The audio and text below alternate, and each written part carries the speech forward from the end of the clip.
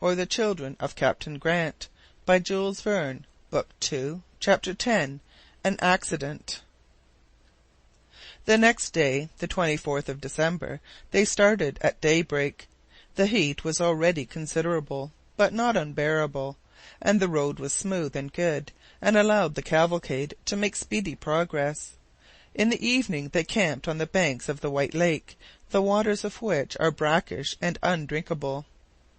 Jacques Paganel was obliged to own that the name of this lake was a complete misnomer, for the waters were no more white than the Black Sea is black, or the Red Sea red, or the Yellow River yellow, or the Blue Mountains blue. However, he argued and disputed the point with all the amour propre of a geographer, but his reasoning made no impression.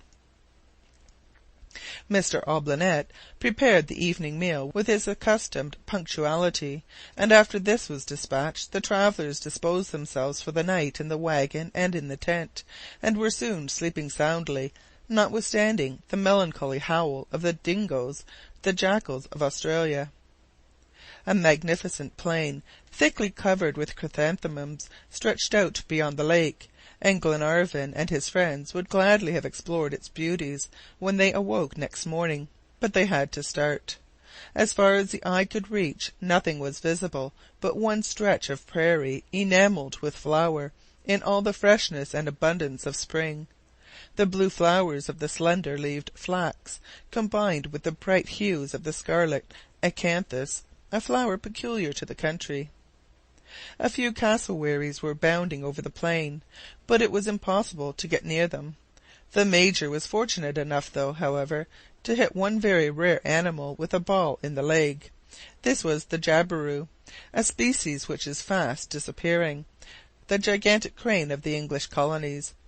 This winged creature was 5 feet high, and his wide, conical, extremely pointed beak measured 18 inches in length. The violet and purple tints of his head contrasted vividly with the glossy green of his neck, and the dazzling whiteness of his throat, and the bright red of his long legs. Nature seemed to have exhausted in its favour all the primitive colours on her palette. Great admiration was bestowed on this bird, and the Major's spoil would have borne the honours of the day had not Robert come across an animal a few miles further on, and bravely killed it. It was a shapeless creature, half porcupine, half ant-eater, a sort of unfinished animal belonging to the first stage of creation. A long, glutinous, extensible tongue hung out of his jaws in search of the ants, which formed its principal food. "It is an echidna," said Paganel. "Have you ever seen such a creature?" "It is horrible," replied Glenarvan. "Horrible enough, but curious, and what's more, peculiar to Australia. One might search for it in vain in any other part of the world." Naturally enough, the geographer wished to preserve this interesting species of monotremata, and wanted to stow it away in the luggage, but Monsieur Olbinett resented the idea so indignantly that the savant was obliged to abandon his project. About 4 o'clock in the afternoon, John Mangles descried an enormous column of smoke about 3 miles off, gradually overspreading the whole horizon. What could be the cause of this phenomenon? Paganel was inclined to think it was some description of meteor, and his lively imagination was already in search of an explanation, when Ayrton cut short all his conjectures summarily by announcing that the cloud of dust was caused by a drove of cattle on the road. The quartermaster proved right, for as the cloud came nearer, quite a chorus of bleatings and neighings and bellowings escaped from it, mingled with the loud tones of a human voice, in the shape of cries, whistles, and vociferations. Presently a man came out of the cloud. This was the leader-in-chief of the 4-footed army. Glenarvan advanced toward him. The friendly relations were speedily established between them. The leader, or to give him his proper designation, the stock-keeper, was part owner of the drove. His name was Sam Machell, and he was on his way from the eastern provinces to Portland Bay. The drove numbered 12,075 head in all, or 1,000 bullocks, 11,000 sheep, and 75 horses. All these had been bought in the Blue Mountains in a poor, lean condition, and were going to be fatted up on the rich pasture lands of southern Australia, and sold again at a great profit.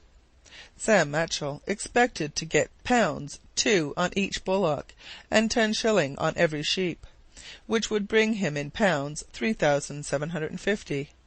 This was doing good business, but what patience and energy were required to conduct such a restive, stubborn lot to their destination, and what fatigues must have to be endured. Truly the gain was hardly earned. Sam Machell told his history in a few words, while the drove continued their march among the groves of mimosas. Lady Helena and Mary and the rest of the party seated themselves under the shade of a wide-spreading gum-tree, and listened to his recital. It was 7 months since Sam Machell had started.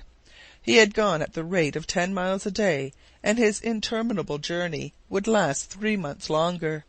His assistants in the laborious task comprised 20 dogs and 30 men, 5 of whom were blacks, and very serviceable in tracking up any stray beasts. 6 wagons made up the rear guard.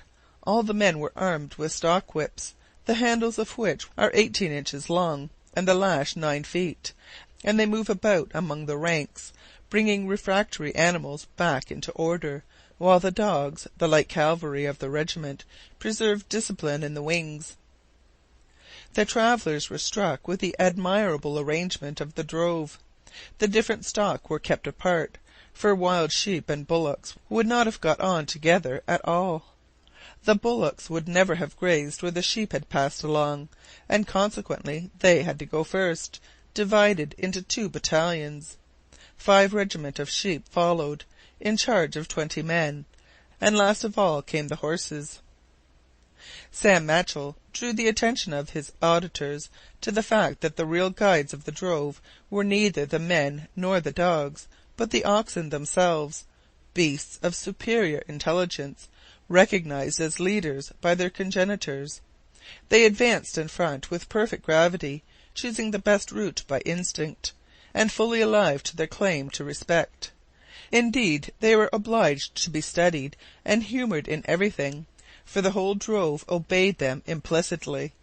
If they took it into their heads to stop, it was a matter of necessity to yield to their good pleasure, for not a single animal would move a step till these leaders gave the signal to set off. Sundry details added by the stock-keeper completed the history of this expedition, worthy of being written, if not commended, by Xenophon himself. As long as the troop marched over the plains, it was well enough. There was little difficulty or fatigue. The animals fed as they went along, and slaked their thirst at the numerous creeks that watered the plains, sleeping at night and making good progress in the day, always obedient and tractable to the dogs. But when they had to go through great forests and groves of eucalyptus and mimosas, the difficulties increased. Platoons, battalions, and regiments got all mixed together or scattered, and it was work of time to collect them again. Should a leader unfortunately go astray, he had to be found, cost what it might, on pain of general disbandment, and the blacks were often long days in quest of him, before their search was successful. During the heavy rains the lazy beasts refused to stir, and when violent storms chanced to occur, the creatures became almost mad with terror, and were seized with wild, disorderly panic. However, by dint of energy and ambition, the stock-keeper triumphed over these difficulties, incessantly renewed though they were. He kept steadily on. Mile after mile of plains and woods and mountains lay behind. But in addition to all his other qualities, there was one higher than all that he specially needed when they came to rivers. This was patience, patience that could stand any trial, and not only could hold out for hours and days, but for weeks. The stock-keeper would be himself forced to wait on the banks of a stream that might have been crossed at once. There was nothing to hinder but the obstinacy of the herd. The bullocks would taste the water and turn back. The sheep fled in all directions, afraid to brave the liquid element. The stock-keeper hoped when night came he might manage them better, but they still refused to go forward. The rams were dragged in by force, but the sheep would not follow. They tried what thirst they could, by keeping them without drink for several days, but when they were brought to the river again they simply quenched their thirst, and declined a more intimate acquaintance with the water.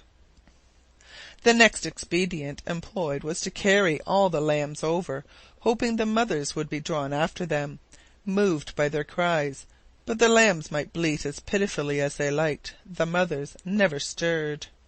Sometimes this state of affairs would last a whole month, and the stock-keeper would be driven to his wits' end by his bleating, bellowing, neighing army. Then all of a sudden one fine day, without rhyme or reason, a detachment would take it to their heads to make a start across, and the only difficulty now was to keep the whole herd from rushing helter-skelter after them. The wildest confusion set in among the ranks, and numbers of the animals were drowned in the passage. Such was the narrative of Sam Machell. During its recital a considerable part of the troop had filed past in good order. It was time for him to return to his place at their head, that he might be able to choose the best pasturage. Taking leave of Lord Glenarvan, he sprang on a capital horse of the native breed, that one of his men held waiting for him, and after shaking hands cordially with everybody all round, took his departure. A few minutes later nothing was visible of the stock-keeper and his troop but a cloud of dust. The wagon resumed its course in the opposite direction, and did not stop again till they halted for the night at the foot of Mount Talbot. Paganel made the judicious observation that it was the 25th of December, the Christmas day so dear to English hearts. But the steward had not forgotten it, and an appetizing meal was soon ready under the tent, for which he deserved and received warm compliments from the guests.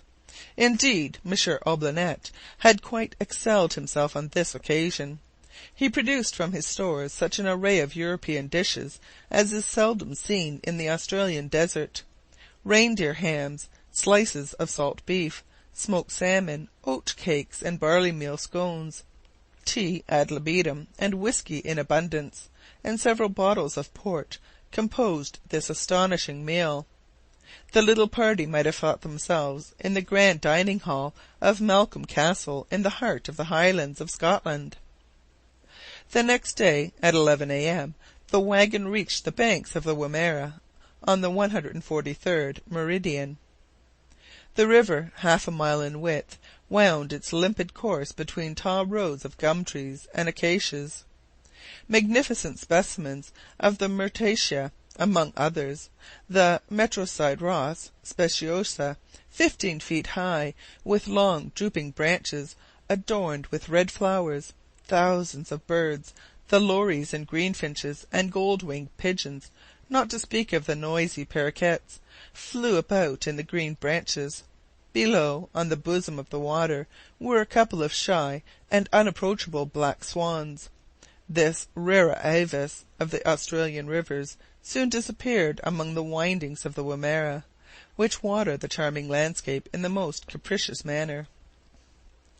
The wagon stopped on a grassy bank, the long fringes of which dipped in the rapid current. There was neither raft nor bridge, but cross over they must. Ayrton looked about for a practicable ford. About a quarter of a mile up the water seemed shallower, and it was here they determined to try and pass over. The soundings in different parts showed a depth of 3 feet only, so that the wagon might safely enough venture. "I suppose there is no other way of fording the river?" said Glenarvan to the quartermaster. "No, my lord, but the passage does not seem dangerous. We shall manage it." "Shall Lady Glenarvan and Miss Grant get out of the wagon?" "Not at all. My bullocks are sure-footed, and you may rely on me for keeping them straight." "Very well, Ayrton, I can trust you." The horsemen surrounded the ponderous vehicle, and all stepped boldly into the current. Generally, when wagons have to ford rivers, they have empty casks slung all round them to keep them floating on the water, but they had no such swimming belt with them on this occasion, and they could only depend on the sagacity of the animals and the prudence of Ayrton, who directed the team. The Major and the two sailors were some feet in advance. Glenarvan and John Mangles went at the sides of the wagon, ready to lend any assistance the fair travellers might require, and Paganel and Robert brought up the rear. All went well until they reached the middle of the Wimerra, but then the hollow deepened, and the water rose to the middle of the wheels. The bullocks were in danger of losing their footing, and dragging with them the oscillating vehicle. Ayrton devoted himself to his task courageously. He jumped into the water, and hanging on by the bullocks' horns, dragged them back into the right course. Suddenly the wagon made a jolt that it was impossible to prevent. A crack was heard, and the vehicle began to lean over in a most precarious manner. The water now rose to the ladies' feet. The whole concern began to float, though John Mangles and Lord Glenarvan hung on to the side. It was an anxious moment. Fortunately, a vigorous effort drove the wagon toward the opposite shore, and the bank began to slope upward, so that the horses and bullocks were able to regain their footing, and soon the whole party found themselves on the other side, glad enough, though wet enough too.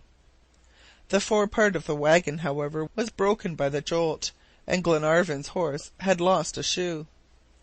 This was an accident that needed to be promptly repaired. They looked at each other, hardly knowing what to do, till Ayrton proposed he should go to Black Point Station, 20 miles further north, and bring a blacksmith with him. "Yes, go, my good fellow," said Glenarvan. "How long will it take you to get there and back?" "About 15 hours," replied Ayrton, "but no longer." "Start at once, then, and we will camp here on the banks of the Wimerra till you return." End of Book 2, Chapter 10.